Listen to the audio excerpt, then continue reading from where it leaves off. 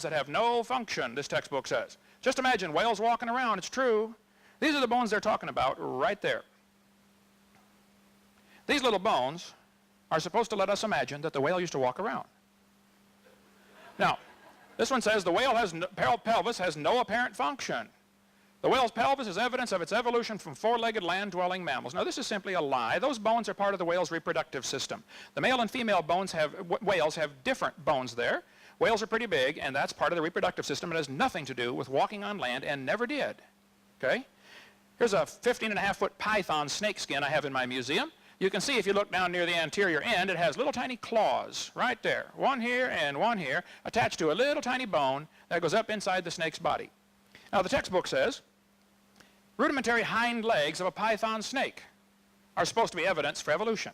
Those are not rudimentary hind legs. Those are used in mating. The snake can't talk. He can't say scoot over, honey, and he doesn't have any arms, okay? This has nothing to do with a snake walking on land. They're so desperate for evidence for evolution that this becomes evidence for evolution, and it's not. Don't tell that to the kids. This one says humans have a tailbone that is of no apparent use, and this is part of the evidence for evolution. The vestigial tailbone in humans is homologous to the functional tail in other primates. Thus, vestigial structures can be viewed as evidence for evolution. I tell people, look, if you think the tailbone is vestigial, I will pay to have yours removed. There are 9 little muscles that attach to the tailbone without which you cannot perform some valuable functions. I won't tell you what they all are, but trust me, you need that tailbone. This guy says the coccyx at the small bone at the end of the human vertebral column, it has no present function, and is thought to be the remainder of bones that once occupied the long tail of a tree-living ancestor. That is simply a lie, folks. It is not true. Why do we allow the kids teachers to teach that stuff? I don't know. Let me get to a few of the what happened here? Oh, here we go. A few of the rebuttal thing here. Let's see. Oh, went too far. Here we go. No, wrong one. There, some points made. He said evolution is supported by an overwhelming number of scientists. The majority opinion means nothing in any argument, okay?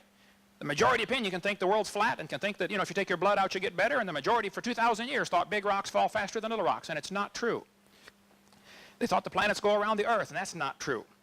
Fossils are the key subject. There's a huge number of fossils that have been found. I agree, but none proving evolution. Fossils exist in the present. You can put an interpretation on them if you want, which is what happens with the evolution theory. 99% of the species are extinct. I don't know if that figure is correct or not. That depends on how you want to look at it, but still, that's the opposite of evolution. Extinction is the opposite of what you need. You need lots of new ones coming on. They're not organized, by the way, clearly, like as we can see later. Simpler creatures are lower in the fossil record. That's simply not true. All sorts of animals are found in all sorts of layers. Okay? There's quite a mixing of the fossil record. Carbon dating is good for 50,000 years. Well, carbon dating is fatally flawed. We cover that for an hour in video number 7. He said some of the people in Darwin's time said there were 20 separate creations. Darwin did indeed properly argue against a false teaching that was going around in his day. I don't teach that. This is a straw man, okay? I don't know any creationists today that teach that. There were some people in Darwin's time who said if there are 20 kinds of birds, then God must have made 20 kinds of birds. 20 kinds of finches, or 14, whatever it was. Darwin was correct to try to refute that particular false teaching. But nobody's taught that for over 100 years. So to bring this up now is a straw man, okay? It's not being taught. I never have taught that. He said Noah did not allow dinosaurs in the ark. He discriminated against them. That's not true. I said earlier Noah did have dinosaurs on the ark. I believe he took reptiles, which are, dinosaur means terrible lizard. It's what the word means. How much rain to cover the world? To take 11 inches per hour. This is another straw man argument. He's assuming that all the water comes from rain, number one. The Bible doesn't say that. It says the fountains of the deep broke open. Most of the water came from inside the earth. Secondly, you don't have to cover Mount Everest. Mount Everest wasn't there. The Bible says in Psalm 104, after the flood, the mountains arose, the valley sank down, and the water rushed off. I don't know how much rain there was, but it didn't have to get, you set up a whole straw man and say, well, take 11 inches per hour, and that will produce X number of 1,000 calories and all that kind of stuff. 2 to 6,000 degrees, and it would cook everything. This is setting up a straw man and attacking it. I don't know anybody that says that in the creationist viewpoint. Most of the water came from inside when the fountains of the deep broke open, and that's why we have all the fault lines today. The earth is busted up into plates. He said he's looked at fossil footprints that are 3.5 million years old. They're like ours, but they're smaller. Well, if you find footprints that are like ours, what should you conclude? A human walked there, maybe. A lot of people studied those footprints in Lake Tolly and said, well, if we didn't know they were so old, we'd think a human walked here. One professor studied it. He studied 70 people that go barefoot all their life in some village out in Africa someplace. They never wear shoes, ever. And he said their footprints that they make are exactly like the ones in Laetoli.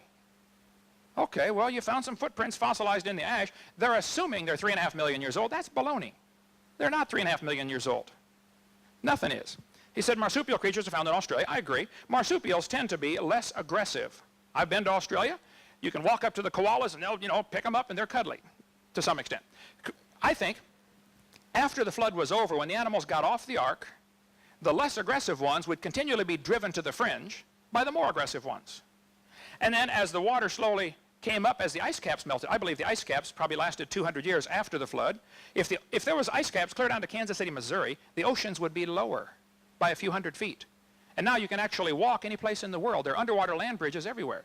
Between Australia and Vietnam, the water's 50 or 60 feet deep. Between Russia and Alaska, the water's 60 feet deep. The English Channel, the deepest point in the English Channel is 150 feet from here to that back wall. I mean, it's not like we look at the ocean and say, wow, it's deep, it's blue, it must be deep. No, there's a lot of real shallow parts. So I think by just having larger ice caps during the flood and after the flood, there would be lower ocean levels connecting all the continents. The kangaroos had probably a couple of hundred years to walk or migrate to Australia, and it just happened as the ice was melting back and the water's rising, they ended up trapped. That's a much more logical explanation than to say kangaroos came from a rock 4.6 billion years ago. He said he wants to replace a coherent, logical story. Evolution is not coherent nor logical. There's no evidence for it whatsoever. Based on millions of pieces of evidence, I would like to see the best evidence anybody has. Just show me the best one anybody knows of for evolution. Bring that up during Q&A, please. Level of honesty. Yes, I think if somebody uses information that's been proven wrong years ago, they're liars. Ernst Haeckel said that the embryo growing in the mother has gill slits. That was proven wrong in 1874. Anybody that knows their biology knows that embryos do not have gill slits. So don't tell people they do. They're lying to tell them they do. Symbiosis can evolve. Well, you can dream about that. Depends on, I guess, how intense of a level of symbiosis you want. Evolution's a religion. Inferences and conclusions drawn from fossils. Again, fossils don't count. Answers in Genesis. I am good friends with Ken Ham. I love his ministry. I sell his books. I link to his site. He doesn't like me for some reason. That's fine. He said I use arguments that are dishonest. For instance, Darwin's deathbed conversion. I have never used that. I defy anybody to show me any time in my seminar where I've used that. Answers in Genesis is correct. That argument should not be used. His wife, Darwin's wife, apparently made up the whole story about him converting on his deathbed. The story's not true, and I don't use that. As far as Huxley and his morals, well, let me show you what Huxley said, since I get accused all the time of, hang on here. Let's, Huxley said in, now it is correct that I had the wrong Huxley. I said Thomas Huxley. It was actually his grandson. Grandson Julian Huxley said, I suppose the reason why we leapt at the origin of species was that the idea of God interfered with our sexual mores. He said that on a television interview. Julian Huxley, the head of UNESCO. He said the reason we like this evolution theory is because it interfered with our sexual mores. We don't want God telling us thou shalt not commit adultery. Professor Roos, Michael Roos, University of Guelph, said, evolution is promoted by its practitioners as more than mere science. Evolution is promulgated as an ideology, a secular religion, a full-fledged alternative to Christianity, and with meaning and morality. I am an ardent evolutionist and an ex-Christian, but I must admit, and this is but one complaint, and Mr. Gish is but one of many to make it, the illiteralists are absolutely right. Evolution is a religion. This was true of evolution in the beginning, and it's true of evolution still today. Arthur Keith, who wrote the foreword to Darwin's 100-year anniversary book,